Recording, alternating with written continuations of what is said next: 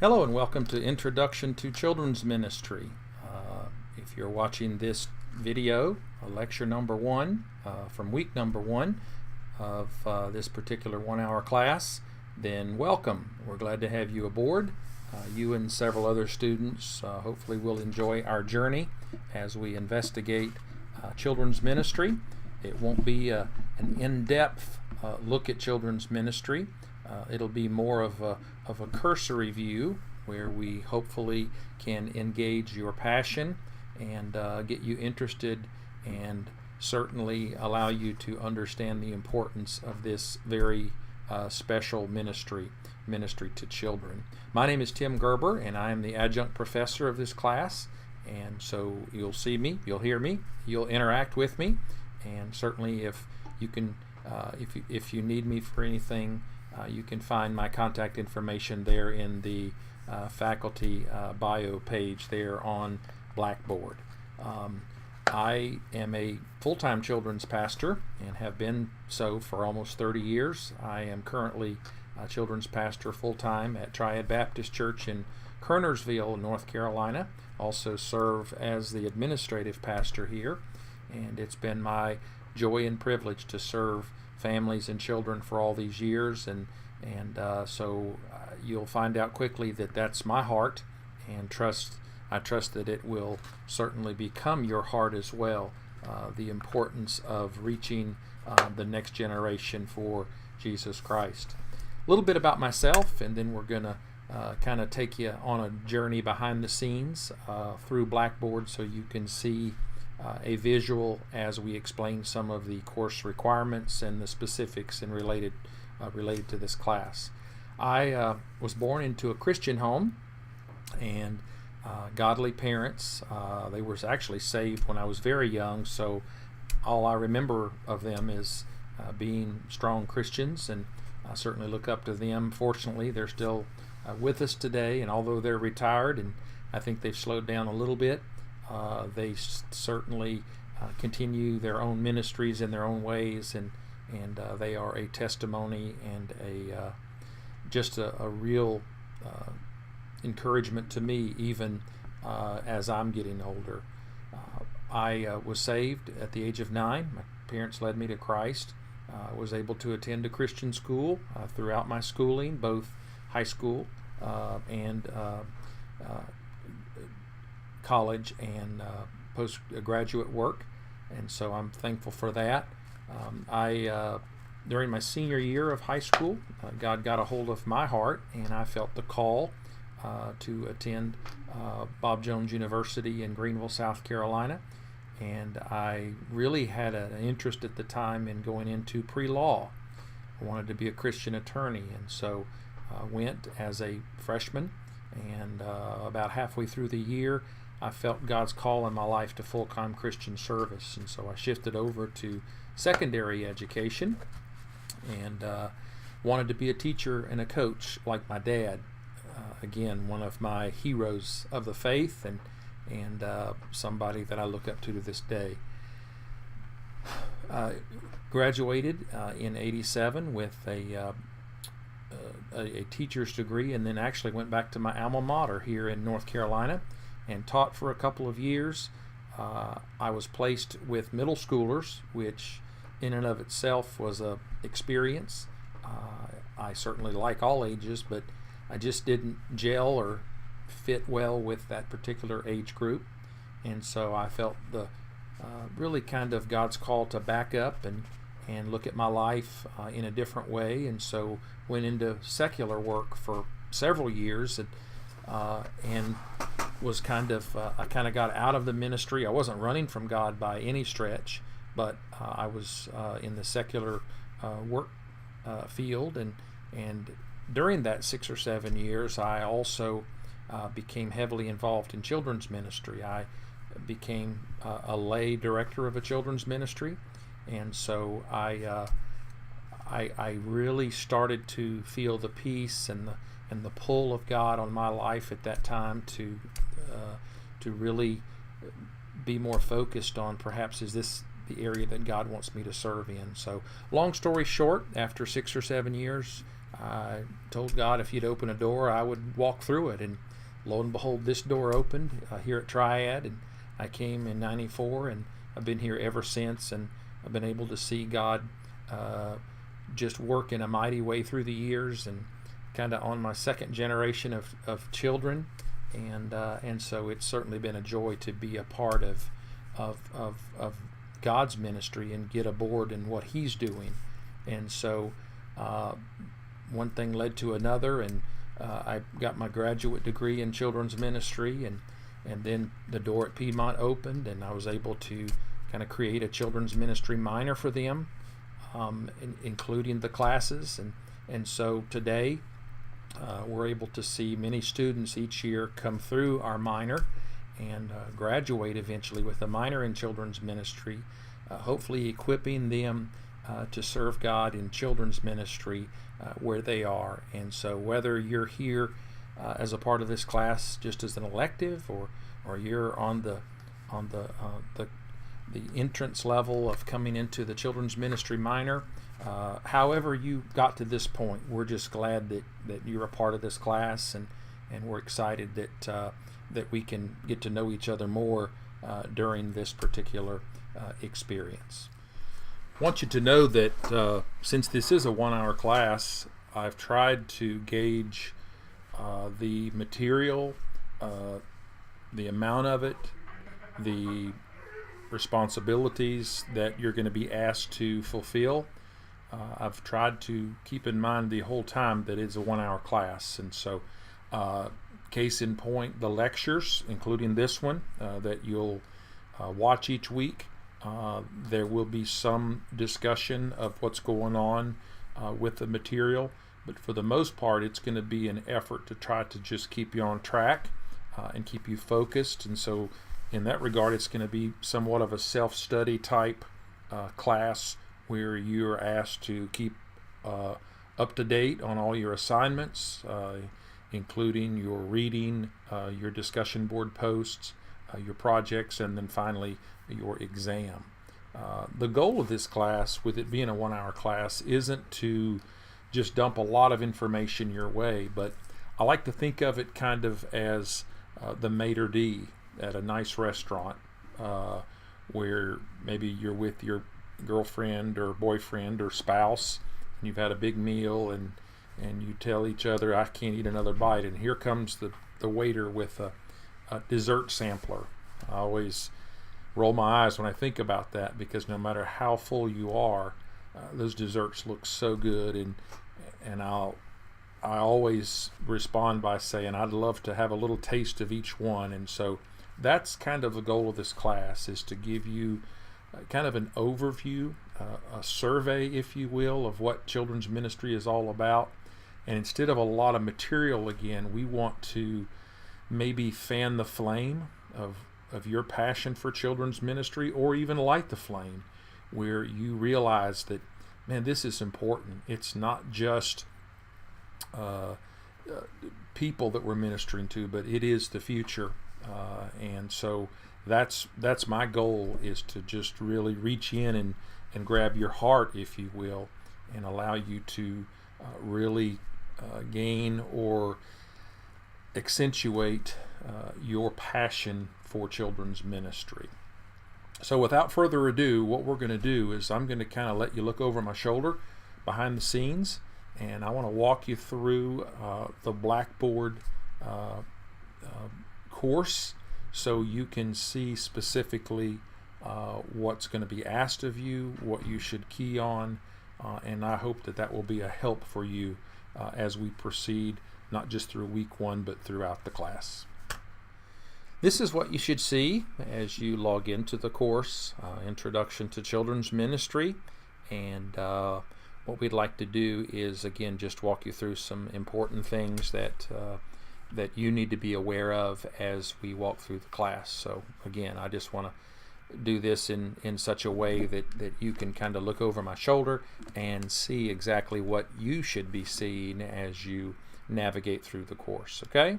So what I'm going to do is I'm going to walk around. First of all, let's go to course information. Course information is a link that most of you are aware of, and the thing I'd like to talk to you first about is the syllabus, and you should be able to get to that by, again, going through the course information.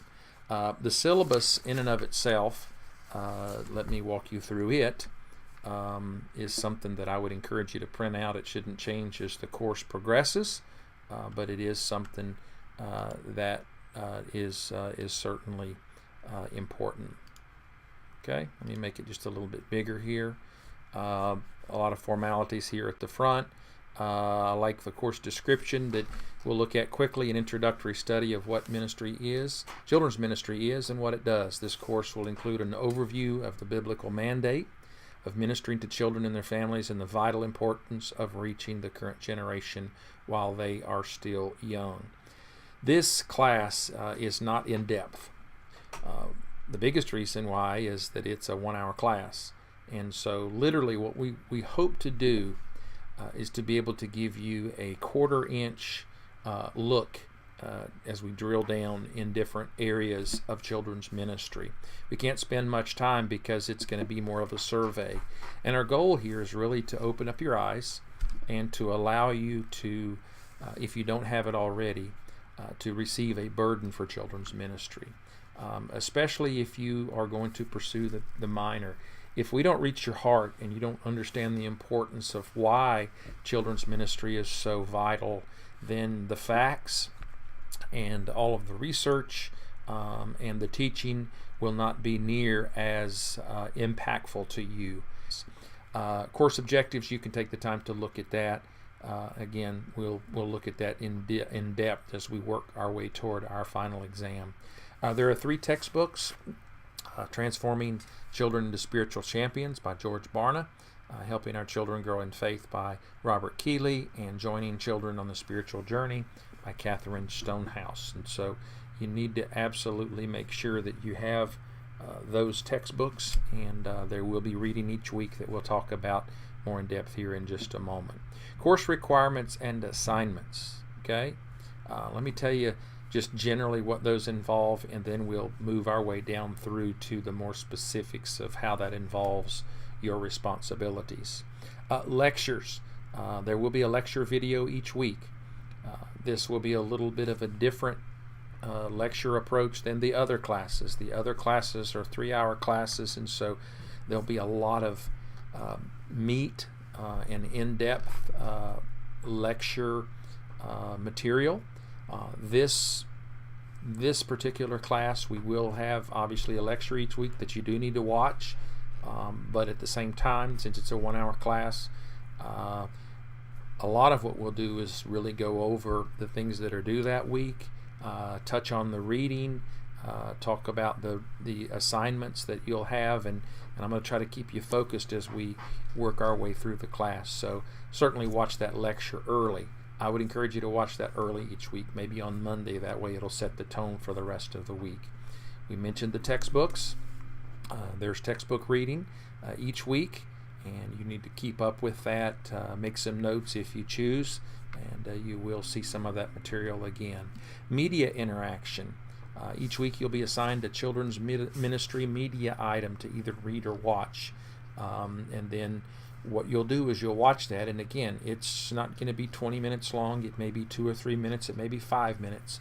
But we found some media items that, number one, we want you to be aware of, and certainly you could even use these in the future in children's ministry, but it's really kind of an icebreaker that gets you to think and open up about what that media item, the effectiveness of it, what that does to you and how that makes you think.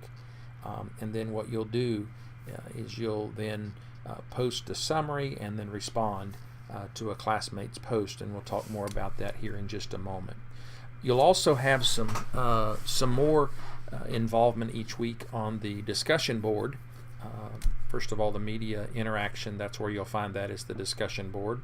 And you'll also read the required assignments in your textbooks, and then you will answer a specific question from your reading, and then you'll also be asked to respond to the original post of a classmate. Again, we'll talk about that here in just a moment.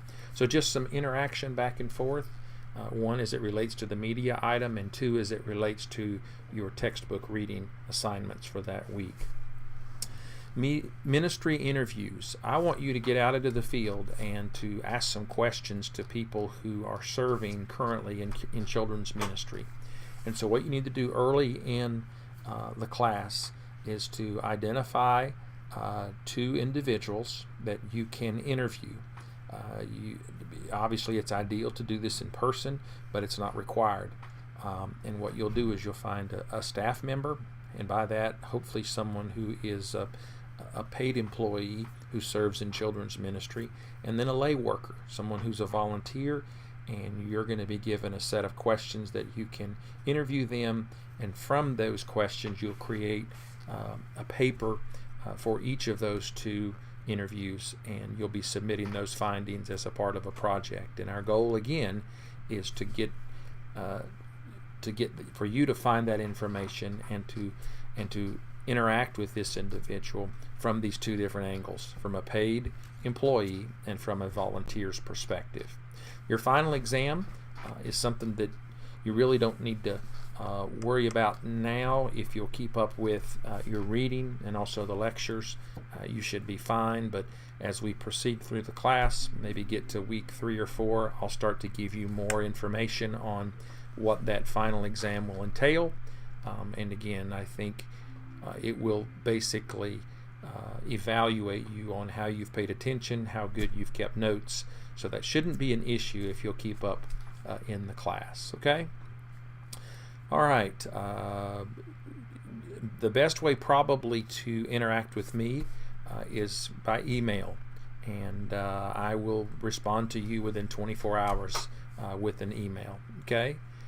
As far as grading the discussion board and media interaction grades, you can see and the other items there.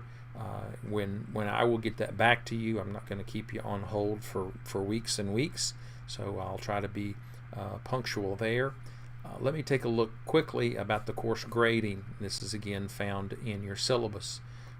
The reading, post, and reactions are 40%, and the media interaction 20%, media interviews 20%, and the final exam is 20%. So that gives you some of the weight of the different variables that you will be involved in throughout the class. Okay? Your attendance policy, obviously it's not specific to online, but you will need to read through this particular information, and this is overall Piedmont policy that we will enforce throughout the class as well. Okay? Let me move down to the course schedule, because this is perhaps the most important bit of information as it involves your assignments. Okay? There's the course schedule, and so you can see that if you'll print out your syllabus, then you'll have that with you at all times. Okay? What I'm going to do, this is also found in a little bit of a different format back here in the course schedule. So if you'll see, I'm over here to the left. Your course schedule is something that is basically the same information, but it tells you what your responsibilities are and also your assignments. And of course, this is what you'll do, and this is what is due to me. Okay? The week starts basically right after midnight on Sunday night, and it ends at the same time. Okay, so basically Sunday night midnight to Sunday night midnight. And so as we progress through the week, midnight on Sunday, you'll be able to see all of the weekly assignments for that following week. And then, of course, you'll be able to also know at that point exactly when these particular things are due. Okay? All right. So just for example, we'll get to the specifics here in just a minute. During week number 1, watch the lecture number 1, which that's what you're watching now. You'll read those particular chapters that are assigned, and you'll need to do that early in the week. The reason is because your reading post number 1 and your media interaction number 1 is due by Wednesday night at midnight on that given week. Okay? Now again, this should not take you a long time. We're going to get into the specifics of exactly what that reading post is here in just a minute, but on any given week, you have on Wednesday night at midnight, you should have posted one for the reading and one for the media interaction. Okay? The reading reaction and the media reaction, those are due at the end of the week. So reading post and media interaction, those are due Wednesday at midnight. And then these others, which is responses to one of your classmates, they are due at the end of the week, Sunday night at midnight. Now, hold everything and listen carefully. I'm going to say this at least once, but you are going to hear it one time. When these things are due, they're due. Okay? And there are lots of these. Every week you have 4 different posts and reactions. You can see that throughout. Okay? Because of that, and because you have several days, if not a whole week, to complete these assignments, there's not really going to be any grace that's bestowed upon items that are late. As a matter of fact, if you happen to, your internet goes out and you were going to turn it in at midnight and you're working on it at 11 p.m. and your internet goes out, my heart goes out to you. I'm not trying to be cold-blooded here, but even if you submit it the next day, you're going to get docked, some points. But if that's a rarity, then your post and your reaction grades are still going to be very high. I'm saying all that to say this: just get it in on time and follow the instructions. Okay? We won't really be given much grace because of the time that is allowed to complete each assignment. Okay? All right, here you can see week 1 is just standard. Week 2 is basically standard. Week 3, at the end of week 3, which is Sunday night at the end of week 3 at midnight, your ministry interview number 1 is due with the church staff member. Week 4 is standard. Week 5 is standard.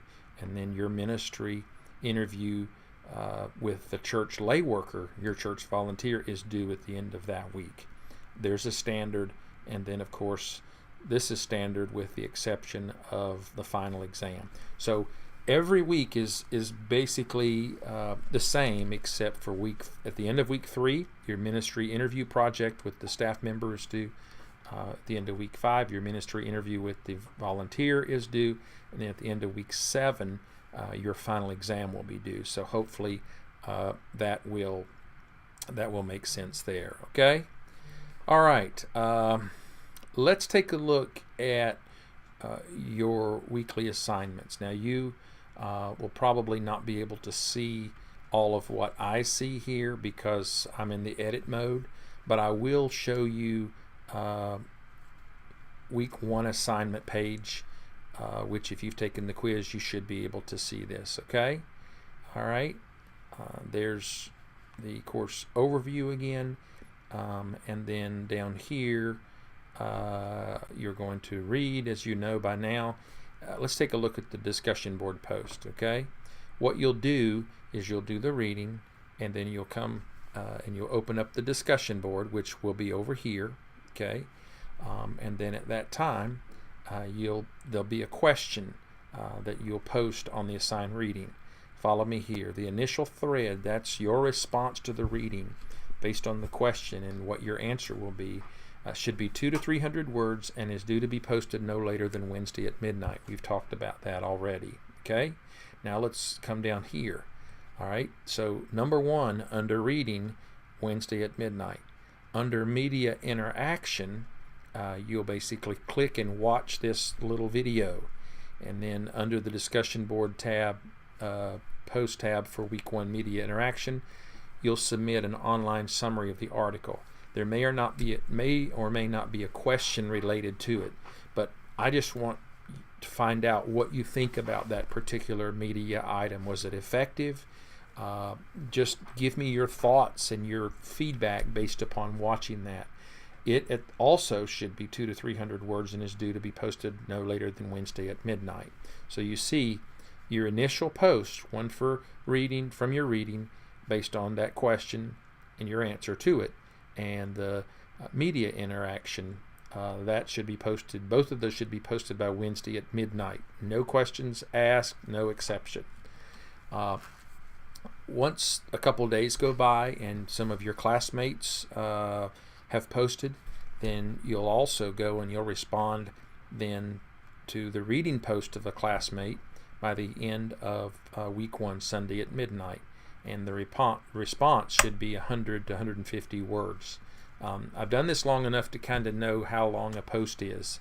So if yours looks a little less than the 200 minimum or the 100 minimum, then you're going to get docked for that, as you will for not having a meaty response or a meaty post, or also for not being able to be on time. Okay, and then down here you'll also by Sunday at midnight respond to a classmate's summary of that same media item. Okay, should be 100 to 150 words.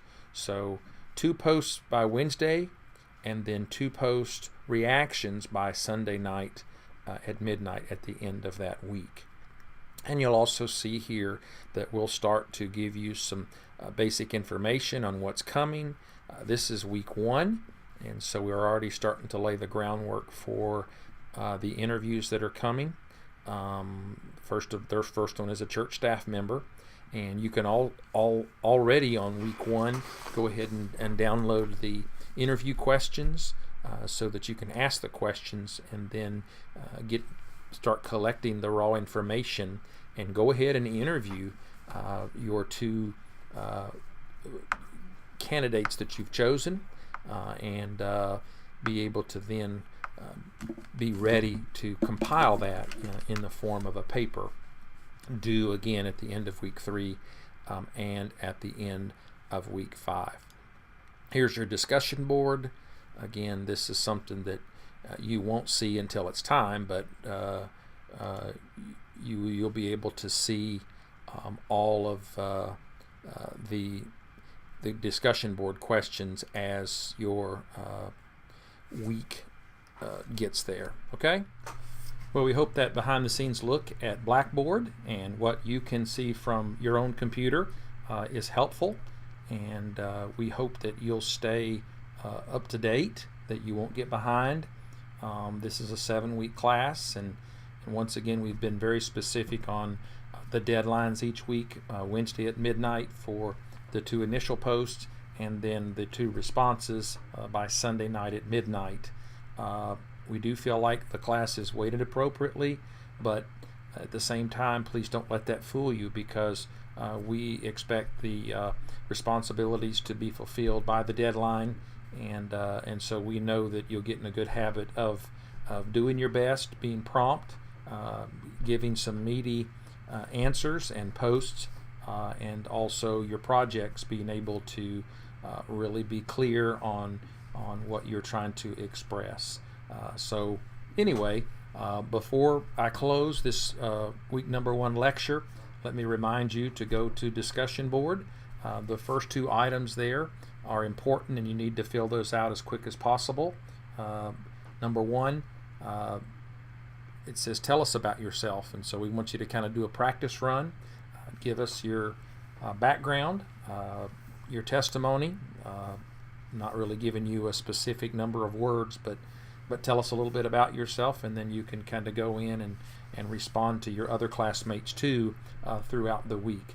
The second point is really kind of an option for you if you so need it, and that's called questions for the professor. We try to be as clear as possible in our coursework, but there are times whenever extenuating circumstances come up, or maybe we're not as clear as we would like to be. If that's the case, go ahead and let me know your question there on the Blackboard post number 2. However, if you don't mind, also email me quickly and say, hey, check the questions for the professor, and then that way I won't overlook or be delayed in responding to those. I do check my email every day, but not going to say that I would check that particular post every single day, and there's really nothing there to trigger me that a post has been placed there. Okay, so anyway, we hope this has been helpful to you, and so roll up your sleeves. If you need us for anything, email me, and we're praying for you and hope this is going to be a good experience. Thank you again for listening and watching this lecture, and we wish you the best week number 1, and we will talk to you soon.